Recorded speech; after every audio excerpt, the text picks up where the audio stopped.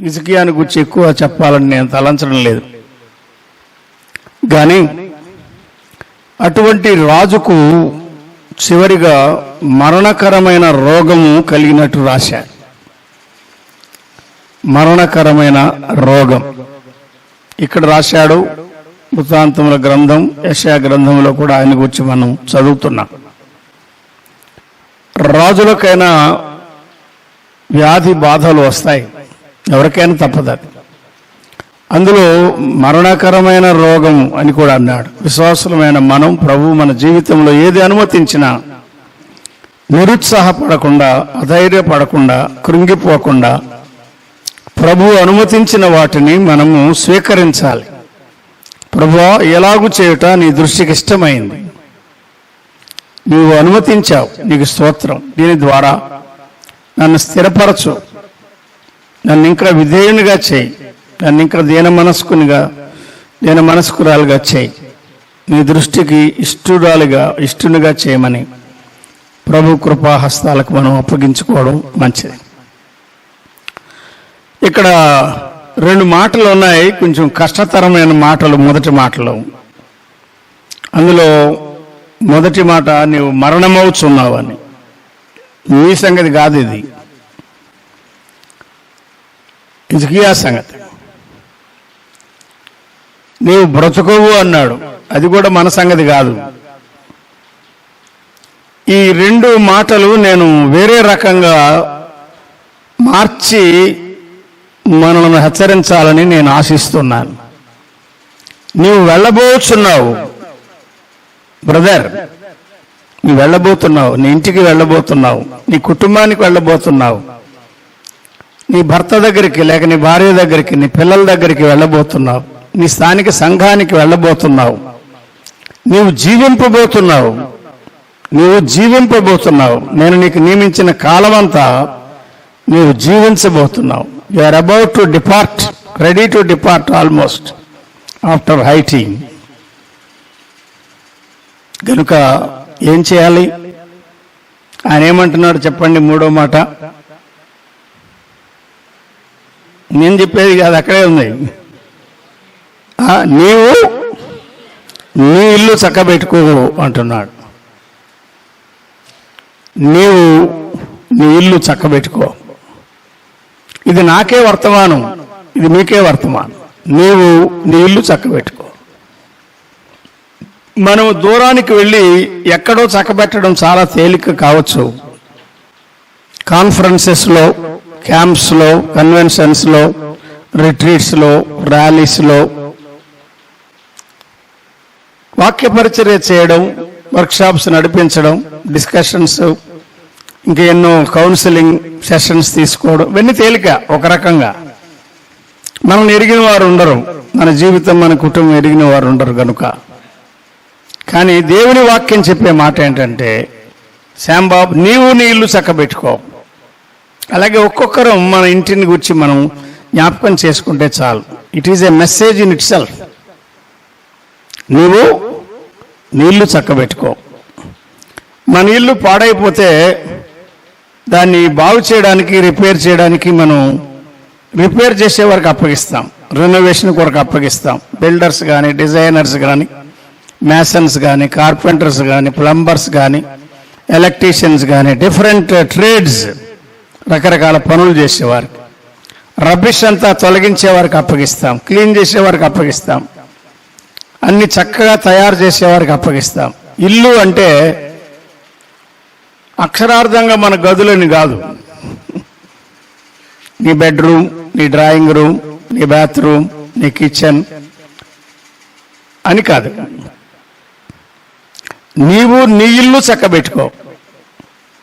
గారి ద్వారా ప్రభు ఎన్నో విషయాలు నేర్పించాడు, థామ్సన్ గారి ద్వారా నేర్పించాడు, మరి ఫిలిప్ గారి ద్వారా, ప్రకాష్, ఇంకా ఉదయం ఆనంద్ బాబ్, సుధాకర్ వారి ద్వారా, ఇప్పుడు వినయ్ బ్రదర్ ద్వారా నేర్పించాడు, సహోదరుల ద్వారా నేర్పించాడు. వీటన్నిటిని బట్టి మనం చేయాల్సిన పని, set your home in order. నీ ఇంటిని నీవు చక్కబెట్టుకో. మన ఇంటిని మనం చక్కబెట్టుకోవడం ప్రభువు మన పట్ల కోరేటువంటి ముఖ్యమైన కోరిక. ఎవరికో అప్పగించడం కాదు, అక్షరార్థంగా ఇల్లు బాగు చేయడానికి ఎవరికైనా అప్పగించవచ్చు. కట్టడానికి కానీ, రెనోవేట్ చేయడానికి కానీ, బాగు చేయడానికి కానీ, మార్పులు చేయడానికి కానీ అప్పగించవచ్చు. కానీ మన సొంత ఇంటిని మనం కాపాడుకోవడం, కట్టుకోవడం, దాన్ని బాగు చేసుకోవడం, ఎక్కడెక్కడ బాగులేదో బాగు చేసుకోవడం. యోసియా శిథిలమైన స్థలాలు బాగు చేయడానికి పూనుకున్నాడు. మందిరములో ఎక్కడెక్కడ శిథిలమైందో శిథిలమైన స్థలాలు బాగు చేయడానికై ఆయన పూనుకున్నాడు. మన జీవితాల్లో కూడా పాడైన వాటిని బాగు చేయడానికి మనం పూనుకోవాలి. నా జీవితం సరిలేదా, కుటుంబంలో ఎవరి పాత్ర సరిగా లేదు, దాన్ని చక్క చేయడానికి ప్రేమతో, నేర్పుతో, ఓర్పుతో, దేవుని భయముతో, దైవ జ్ఞానముతో, దేవుని కృపతో నిండుకొని ఆ పరిచర్య మనం చేయాలి. చెప్పగానే హిజ్కియా చాలా ఆందోళన పడ్డాడు. నువ్వు మరణమవుతున్నావు, నువ్వు బ్రతుకు అంటే రాజు అధైర్యపడ్డాడు. గోడ తట్టు ముఖం తీపుకున్నాడు. ప్రభువా, నేనిట్లు యథార్థ హృదయంతో నడుచుకున్నాను, కృపతో జ్ఞాపకం చేసుకో అని ప్రభు సన్నిధిలో ఆయన ప్రార్థించాడు. నిజంగానే భక్తిగల జీవితం జీవించాడు గనక ఆయన ప్రార్థించాడు. ఆయన జీవితంలో 2-3 బలహీనతలు ఉన్నాయి.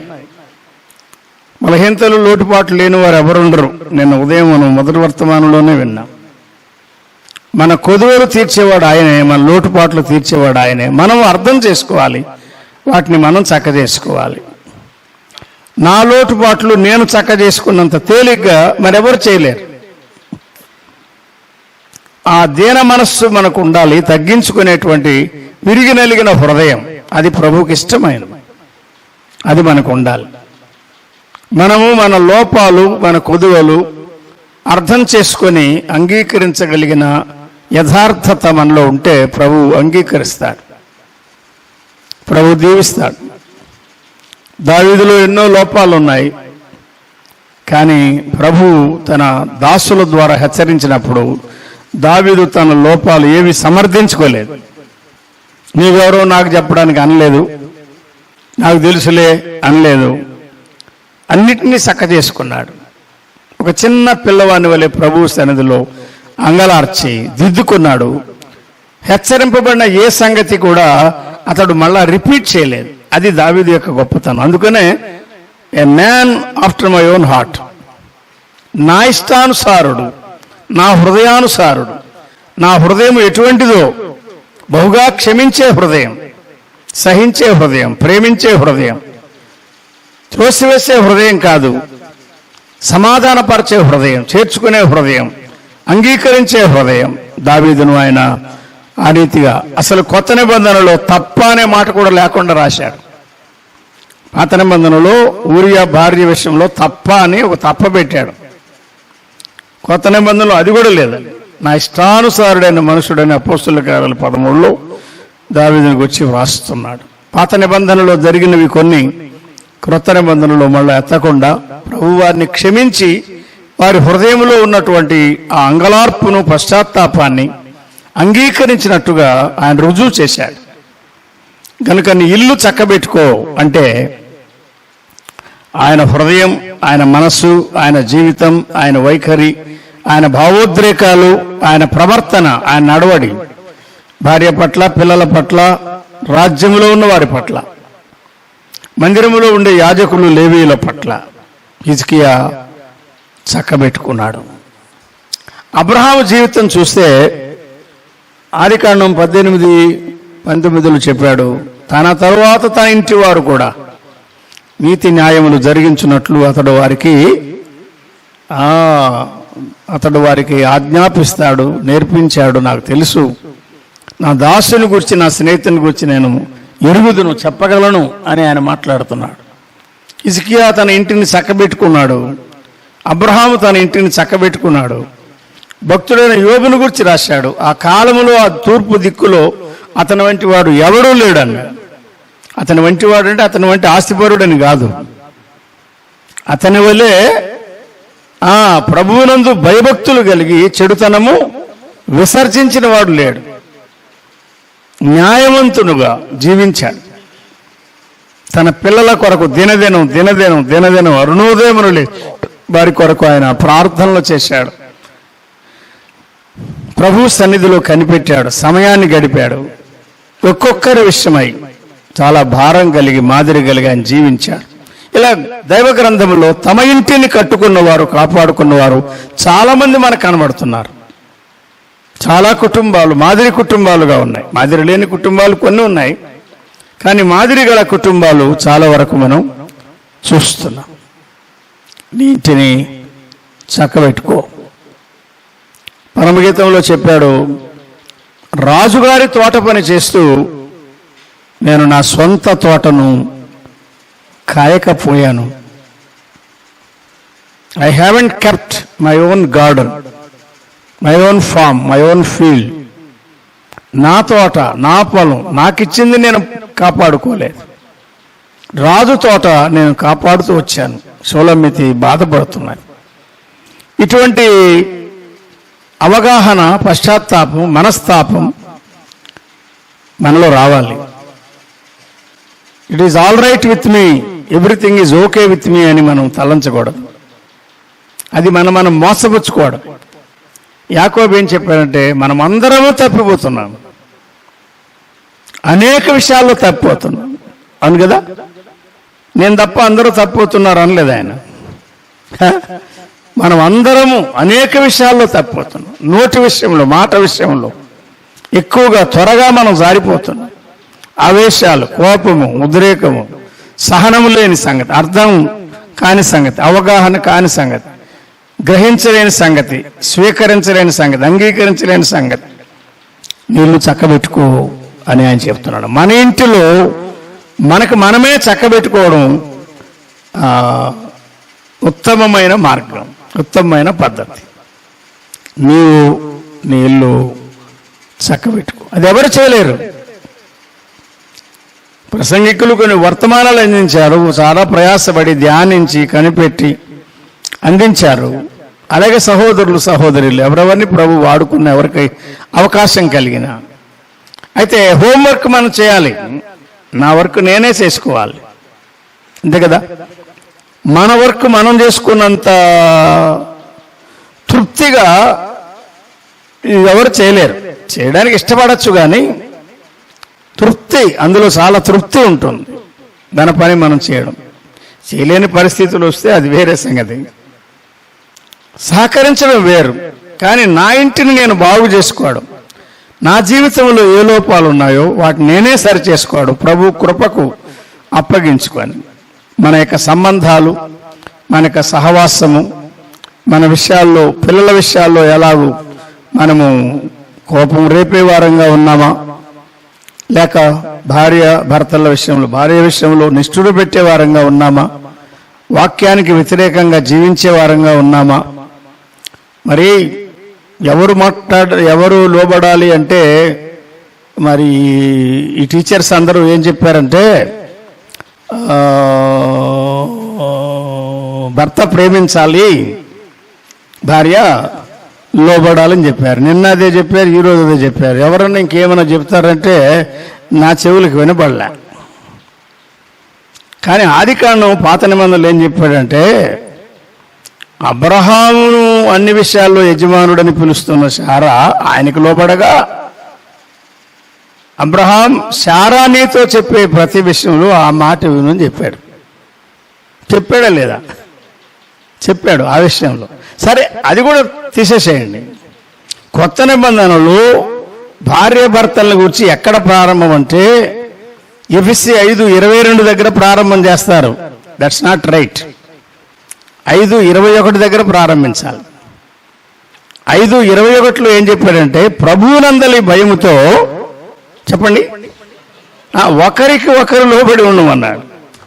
కాబట్టి అవసరమైనప్పుడు పురుషునికి స్త్రీ లోబడ్డం, స్త్రీకి పురుషుడు లోబడ్డం. స్త్రీ సలహా మంచిదైతే లోబడ్డం ఏం తప్పు కాదు. నువ్వేంటి చెప్పేదేంటి, నేనేంటి చేసేదేంటి అంటే అయిపోయిందే. అటువంటి కుటుంబాలు మాదిరి కుటుంబాలుగా ఉండవు. మనము విశ్వాసుల కుటుంబాలుగా, మాదిరి కుటుంబాలుగా ఉండాలి. నీవు నీ ఇల్లు చక్కబెట్టుకో. ఏ విషయాల్లో మనం లోపము కలిగి ఉన్నామో అర్థం చేసుకొని, ఇంతవరకు నేను ఎలా ఉన్నాను, after 4th and 5th, 3rd and 4th అని పొరపాటున పడింది, 5th కూడా కలుపుకోండి బ్యాగ్స్ మీద, కొన్నిటి మీద. కానీ 4th and 5th కరెక్ట్. ఇంక పెట్టుకుంటే 6 కూడా పెట్టుకోండి ఆదివారం. ఆఫ్టర్ దిస్ నేను ఇది నేర్చుకున్నాను, నాలో ఈ మార్పు కలిగింది. నా ఇంటిలో నేను దీన్ని చక్కబెట్టుకున్నాను. నా పిల్లల విషయంలో సరిలేను, నేను సరిగా ఉంటాను. నా భర్త విషయంలో సరిలేను, నేను సరిగా ఉంటాను. నా భార్య విషయంలో సరిలేను, సరిగా ఉంటాను. లేక మా పేరెంట్స్ విషయంలో, మా ఇన్లాస్ విషయంలో నేను సరిలేను. నీవు నీ ఇల్లు చక్కబెట్టుకో. అదే మన వర్తమానం వెళ్ళిపోయేటప్పుడు. నీవు నీ ఇల్లు చక్కబెట్టుకో. అరగంట చెప్పినా అంతే, 5 నిమిషాలు చెప్పినా అంతే. ఆ వర్తమానం అదే. తర్వాత ఇల్లు చక్కబెట్టుకోవడం అనే విషయంలో ఒక్కసారి నెహెమ్యా గ్రంథానికి రండి. నేను నెహెమ్యా గ్రంథంలో కొన్ని వచనాలు 3వ అధ్యాయంలో గమనించాను. అవి అన్ని వరుసగా వ్రాయబడ్డాయి. నెహెమ్యా 3లో ఇంటికి ఎదురుగా బాగు చేసిన వారు ఎవరెవరు బాగు చేశారో చెప్పాడు. వేరే చోట్ల బాగు చేసిన వారిని గురించి అధ్యాయం అంతా చెప్పాడు, విన్నారా? కానీ 7 లేక 8 గురించి ఇదే అధ్యాయంలో చెప్పాడు. యెదాయ 3వ అధ్యాయం 10వ వచనం.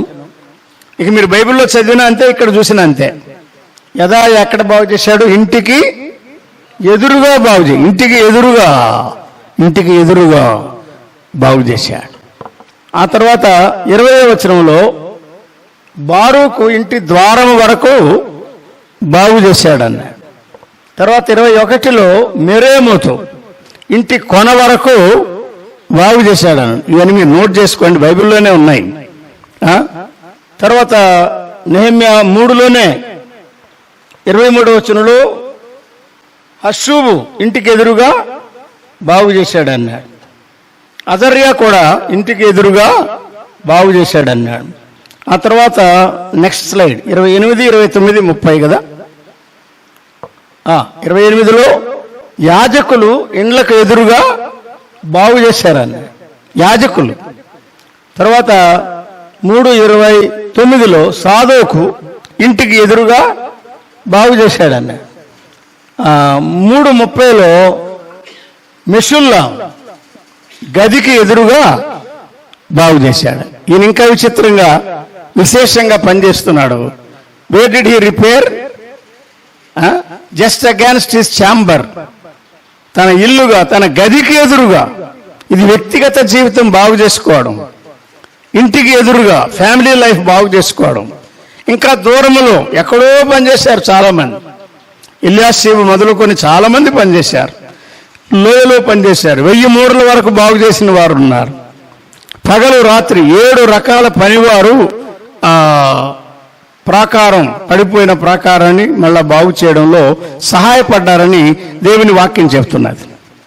అయితే వీరు ఇక్కడ రాయబడిన వీరందరూ ఎక్కడ బాగు చేశారు? ఇంటికి ఎదురుగా, ఇంటికి ఎదురుగా, ఇంటికి ఎదురుగా, ఇంటి కొన వరకు, ఇంటి ద్వారం వరకు, ఇంటి ముందు, ఇంటి కొన వరకు. నా ఇల్లు బాగుపడాలి, నా ఇల్లు నేను బాగు చేసుకోవాలి. ఇది ఎంత మంచి ఆలోచన. అక్కడే ఎక్కడో కాదు, మన ఇంటికి ఎదురుగా మనం బాగు చేసుకుందాం అనేటువంటి ఆ డిడక్షన్, దానిలో మనకి ప్రభు ఇచ్చే సందేశాన్ని, ఆలోచనను మనం జ్ఞాపకం చేసుకుంటున్నాం. కాబట్టి మనం బాగు చేసుకుందాం. అబ్రహాం బాగు చేసుకున్నాడు, యోబు బాగు చేసుకున్నాడు, హిజ్కియా బాగు చేసుకున్నాడు. ఉదయం దావీదుని గురించి మనం విన్నాం, లేక నిన్న కావులు 101లో నా ఇంటి ఎదుట, నా ఇంటిలో నేను నమ్మకంగా జీవిస్తాను 101లో చెప్పాడు. అదే యథార్థ హృదయంతో జీవిస్తానని. A man of upright heart. ఇలాగున మన జీవితాలు మనం బాగు చేసుకోవాలని ప్రభువు ఆశిస్తున్నాడు. ఇది మొదటి హెచ్చరిక. రెండవది, ఇక్కడే రాజులు 20వ అధ్యాయం 15వ వచనంలో చెప్పాడు. యెషయా మళ్ళా వచ్చాడు. బబులోను నుంచి వచ్చిన వారు వచ్చి చూసి వెళ్ళిపోయిన తర్వాత ఆయన మళ్ళా వచ్చి మరొక ప్రశ్న వేశాడు. ఏమన్నాడు? నీ ఇంటిలో వారు ఎక్కడి నుంచి వచ్చారు, వారెవరు, వారు ఏమేమి చూచిరి అన్న. నీ ఇంటిలో వారు ఏమేమి చూచిరి అన్న. ఇదొక చక్కని ప్రశ్న. దీని గురించి ఎన్నో రకాలుగా ధ్యానం చేయొచ్చు. ఎన్నో తలంపులు, ఎన్నో వర్తమానాలు ఆ ఒక్క వచనం ఆధారంగా చేసుకొని అందించవచ్చు. నీ ఇంటిలో వారు ఏమేమి చూశారు? నీ ఇంటిలో. మన ఇల్లు చూస్తే, మన కుటుంబం చూస్తే, మన ఇంటిలో మనము ఏమి చూపించగలం? మన ఇంట్లో ఏమున్నది? ఇంటిలో వారు ఏమేమి చూశారు? భక్తిగల సహోదరులు సహోదరులు పాత నిబంధనలో క్రొత్త నిబంధనలో తమ కుటుంబ జీవితాలు బాగు చేసుకున్నారు, చక్కగా పనిచేశారు. ఎన్ని గృహాలలో స్తుతి ఉన్నది, ఆరాధన ఉన్నది, ప్రార్థన ఉన్నది, పాటలు ఉన్నాయి, ప్రేమ ఉన్నది, పరిచర్య ఉన్నది. ఇంటిలో ఆ ఇల్లు అత్తరు వాసనతో నిండాను, పరిమళం ఉన్నది. Next slide. మన ఇంటిలో ఏమున్నది? ఇంటిలో వారు ఏమేమి చూశారు? బబులోనుకి వచ్చిన వారికి హిజ్కియా ఏం చూపించాడు? నగరునందున్నదంతా చూపించాడు, రాజ్యములో ఉన్నదంతా చూపించాడు.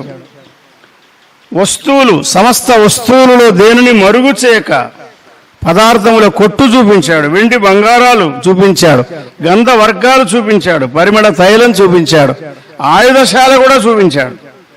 తన పదార్థంలో ఉన్న సమస్తము వారికి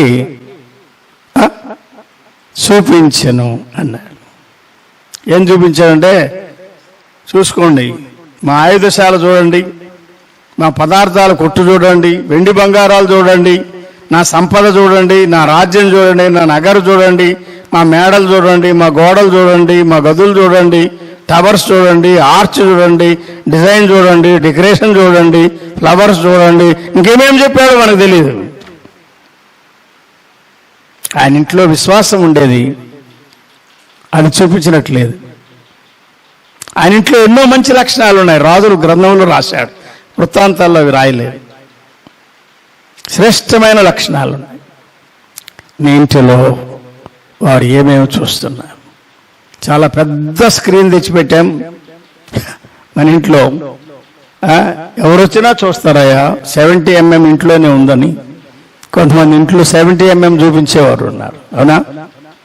అబ్బో, చాలా సోఫిస్టికేటెడ్ గ్యాడ్జెట్స్ ఉన్నాయి. ఇవి కాదు మనం చూపించాల్సింది. మన ఇంటిలో దీన మనస్సు ఉన్నదా, ప్రార్థన ఉన్నదా, వినయం ఉన్నదా, విధేయత ఉన్నదా, ప్రేమ ఉన్నదా, చేర్చుకునే మనస్సు ఉన్నదా, పరిచర్య ఉన్నదా, దాతృత్వం ఉన్నదా? సహాయపడాలంటే చాలామంది సంఘం ఉందని సంఘంలో సొమ్ము ఉందని సొమ్ము ఉపయోగిస్తున్నారు. తప్పు కాదు, కానీ సంఘం సొమ్ముతో పాటు నీ సొంతం ఎప్పుడైనా ఇచ్చిన అలవాటు ఉందా, అనుభవం ఉందా? ఆలోచించే.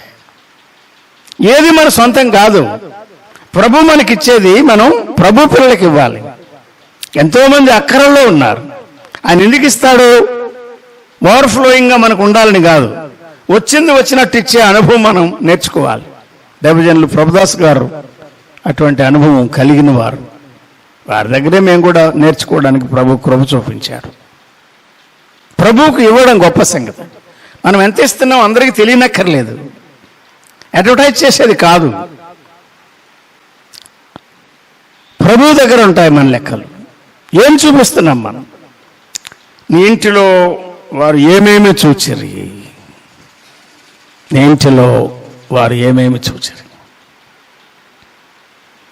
మీ ఇంటిలో చూపించగలిగింది ఏదో ఒక 2 నిమిషాలు ఆలోచన చేస్తే చాలు. ప్రభు తలంపులు మన కొరకు దీవించుగాక. టైం ప్రకారం 45 minutes తీసుకోవాలనేమి లేదు. ప్రార్థన చేద్దాం. ఒక్క నిమిషం మౌనంగా మనం పరీక్షించుకొని, మనం వెళ్ళబోతున్నాం, మన కుటుంబాలకు వెళ్ళబోతున్నాం, సంఘాలకు వెళ్ళబోతున్నాం. ఉద్యోగాలకు వెళ్ళబోతున్నాం, వర్క్ ప్లేస్కి వెళ్ళబోతున్నాం. కొందరు టీచర్స్ ఉన్నారు, లెక్చరర్స్ ఉన్నారు, డాక్టర్స్ ఉన్నారు, ఇంజనీర్స్ ఉన్నారు, ఆఫీసర్స్ ఉన్నారు. మన ఇంటిలో ఏమి ఉన్నది? చాలా గొప్ప ప్రసంగాలు చేసేవారు ఉన్నారు ఈ దినాల్లో. వారి సొంత కుటుంబంలో మాదిరి లేదు. అసలు వారికి ప్రసంగం చేసే వ్యక్తికే లేదు. తల్లిదండ్రులను ప్రేమించడం లేదు, విధేయత లేదు. ఎలా చక్కబెట్టుకోవాలో తన ఇంటిని, తన జీవితాన్ని, పర్సనల్ లైఫ్, ఫ్యామిలీ లైఫ్ చక్కబెట్టుకోకుండా ప్రసంగాలు మాత్రం అవకాశం దొరికిన కొద్దీ గంభీరంగా ఇచ్చి పోస్టులు కూడా పెట్టేటువంటి అలవాటు కొంతమందికి ఉన్నది. అది వేరే వారికి ప్రయోజనం, కానీ నీకేం ప్రయోజనం? నిన్ను గూర్చి, నీ బోధన గూర్చి జాగ్రత్త. అది ప్రభువు చెప్పే మాట. విమర్శగా తీసుకోవద్దు. బిడ్డల వంటి వారు ఉన్నారు, గ్రాండ్ చిల్డ్రన్ వంటి వారు ఉన్నారు, అన్నదమ్ములు వంటి వారు ఉన్నారు. ఒకరిద్దరు మాకన్నా పెద్దవారు ఉండొచ్చు, పర్వాలేదు. కానీ మనమందరం ఒకరి ద్వారా ఒకరు నేర్చుకోవాల్సిన వారమే. ప్రభు ఇంత ఖర్చుతో కూడిన కాన్ఫరెన్స్, ఇంత శ్రద్ధతో, ఆలోచనతో కూడిన కాన్ఫరెన్స్ మనకు అనుకూలపరిచాడు. నిన్న ఫుల్ డే, సెవరల్ అవర్స్ మనం ప్రభు సన్నిధిలో గడిపాం. ఈరోజు ముగించుకొని మనం వెళ్ళబోతున్నాం. నీవు నీ ఇల్లు చక్కబెట్టుకో. నీ ఇంటిలో ఏం చూపించగలవు? మన ఇంటిని మనం చక్క చేసుకుందాం. మన గదులు మనం చక్క చేసుకుందాం. గ్రహించవలసినవి గ్రహించి, ఒప్పుకోవలసినవి ఒప్పుకొని, క్షమాపణ కోరుకోవలసినవి కోరుకొని, సంగతులు వ్యర్థంగా ఎత్తకుండా, నీ జీవితాన్ని పాడు చేసుకోకుండా, నీ భాగస్వాములు లేక నీ కుటుంబీకులు వారి జీవితాన్ని నష్టపరచకుండా, let us try to build one another. ఒకరినొకరు కట్టుకోవడానికి మనం ప్రయత్నం చేద్దాం, కూనుకుందాం. మహాఘనుడా, స్తోత్రార్హుడా, నమ్మదగిన దేవా, బెతేల్ అసెంబ్లీకి భారం ఇచ్చి మార్చి నెలలో ఎల్డర్స్ కాన్ఫరెన్స్ జరిగించారు, మేలు కలిగించారు. అప్పటి నుండి దాదాపు ఇప్పటి వరకు దీని గురించి ప్రార్థిస్తూ, ఆలోచిస్తూ రాగా, సిద్ధపడగా, మీరే చక్కగా అనుకూలపరిచి నిన్న ఉదయం నుండి ఇప్పటి వరకు మీ సన్నిధి మాతో ఉంచారు. ఒక్కొక్కరిని సిద్ధపరచి మీరు ఉపయోగించారు. కలిగిన క్షేమమును బట్టి మీకు స్తోత్రములు చెల్లిస్తున్నాం. మాలో కొంతమంది గుడారములో మూలుగుచున్నాము, అయినను మీరు కనికరించి నెమ్మదిచ్చి మిస్ కాకుండా రాగలిగినట్లు చేశారు. మీ బిడ్డల సహవాసం ఇచ్చారు. మీ సన్నిధి మాతో ఉంచి మీ వర్తమానాలు మాకు అందించారు. వర్తమానాలే కాదు, ఆత్మతో మమ్మను తాకినందుకై, మమ్మను సంధించినందుకై మీకు స్తోత్రములు చెల్లిస్తున్నాం. ఇవన్నీ మేము వెళ్ళుచుండగా అమ్మాయికు వెళ్ళువారు ఆ సంగతులు ఆలోచిస్తుండగా వారి హృదయం వారిలో మండినట్లుగా మా హృదయం మాలో మండినట్లు చేయండి. ఈ రాత్రి కొరకు, రేపటి కొరకు, ఒకవేళ సిటీలో ఉండేవారు అందరిని మీరే సిద్ధపరచి సంఘాలను కూడా చక్కగా ఉపయోగించమని పెద్దలు, సహకారులు, నిర్వాహకులు, సహోదరి సహోదరులందరినీ వారి వారి క్రియలకు, వారి వారి ప్రయాసకు తగిన ఫలముతో నింపుదురని మా ప్రభు అయిన క్రీస్తు యేసు నామమున మీ సమాధానముతో మమ్మను పంపించుమని వేడుకొనుచున్నాము తండ్రి. ఆమేన్. చాలా వందనాలు మీ అందరికీ.